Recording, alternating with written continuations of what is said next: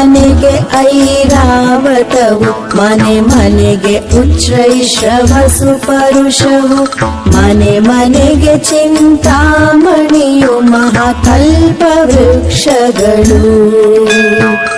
ಮನೆ ಮನೆಗೆ ಮುತ್ತುಗಳ ತೋರಣ, ಮನೆ ಮನೆಗೆ ಕಾರಂಜಿ ಬಾವಿಯು, ಮನೆ ಮನೆಗೆ ಇಂತಿರುತ್ತಿರಲಿಕ್ಕೆ ಸೆದಿತ್ತು ರಜತಾದ್ರಿ.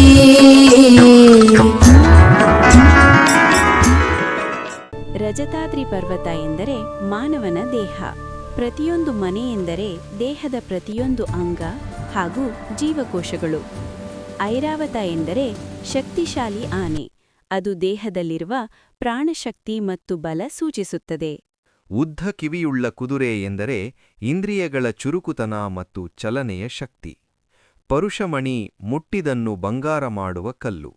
ಇದು ವ್ಯಕ್ತಿಯಲ್ಲಿರುವ ಕೆಟ್ಟ ಗುಣಗಳನ್ನು ತೊಡೆದುಹಾಕಿ ಅವರನ್ನು ಉತ್ತಮರನ್ನಾಗಿ ಪರಿವರ್ತಿಸುವ ಅದ್ಭುತ ಸಾಮರ್ಥ್ಯ ಅಥವಾ ವ್ಯಕ್ತಿತ್ವವನ್ನು ಸೂಚಿಸುತ್ತದೆ.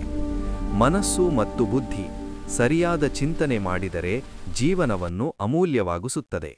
ಚಿಂತಾಮಣಿ ಎಂದರೆ ಆತ್ಮಶಕ್ತಿ, ಚಿತ್ತಶಕ್ತಿ, ಇಚ್ಛೆಯನ್ನು ಪೂರ್ಣಗೊಳಿಸುವ ಆಂತರಿಕ ಶಕ್ತಿ.